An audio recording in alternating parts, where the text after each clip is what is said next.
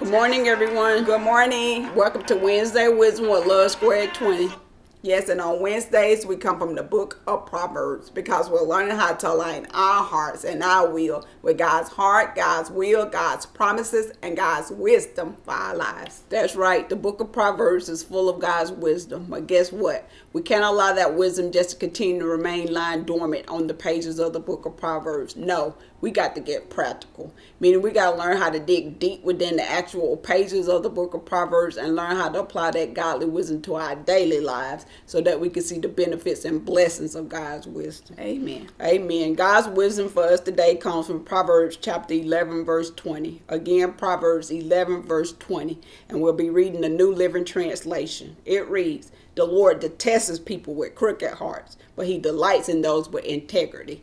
And the question we have for you guys this morning is, who are you when nobody is watching or looking?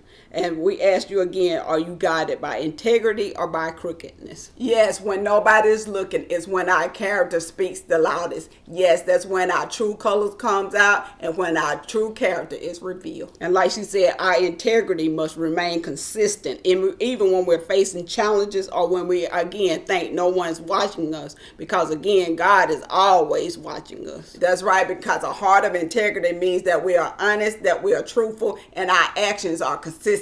We're always striving to do what's right, even when nobody's looking. So therefore, as believers, it should concern us to know what God hates and what God loves, and that we can, again, govern ourselves accordingly. Because today's Proverbs warns us, again, that God hates what? Crookedness, whereas he delights in love, integrity. Yes, because a crooked heart is a divided heart. It's a compromising heart. It only thinks about itself. It manipulate any situation to get its will and get its way. And we don't want to be like that. We want to be accountable for our action. When we do something wrong, we want to make up for those mistakes, and we want to come back and say we're sorry and get back in order and back in line with God and with others. Theodore Roosevelt said, knowing what's right doesn't mean much unless you do what's right. So again, as Christian believers, it's important that we maintain a genuine and an unwavering character in all situations, and not just when it's easy or convenient, but again, at all times, because again, God is watching. That's right. That means we're doing the same thing in public as we are in private. That means we're not trying to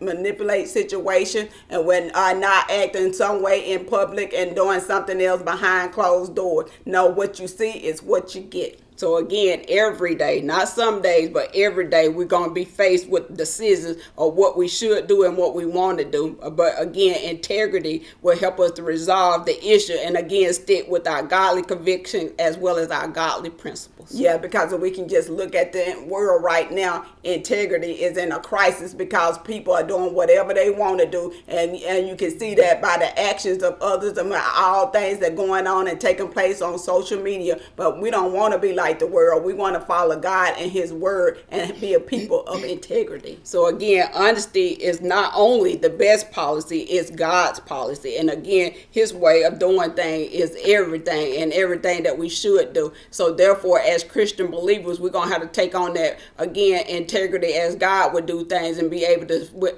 to stand up upright in all situations and do what's right. That's right. So when nobody's looking, we want to keep the same attitude. We want to be light, we want to be loved, and we want to be genuine to each and every one that we come across so that they too may experience the love of God from us. So again, many of us will be asked to again bend the rules, to look the other way, to compromise, to fudge the result, or to lie. But again, hopefully you know by now that we all again realize that again our integrity is too much to jeopardize because there's too much of a price to pay. That's right, because integrity does not shift with the wind. Integrity denounces deceit and dishonesty. So again, today we encourage everyone to include ourselves to live a life again with godly character and integrity in all manners, so that again we can reflect Christ and glorify Christ. And how are we going to do that? We're going to do it by faith, because we're going to walk by faith and not by sight. We're going to see God, seek God, and speak God in all situations. We'll see you next Wednesday for another Wednesday Wisdom Encounter with Love Squared 20. Bye.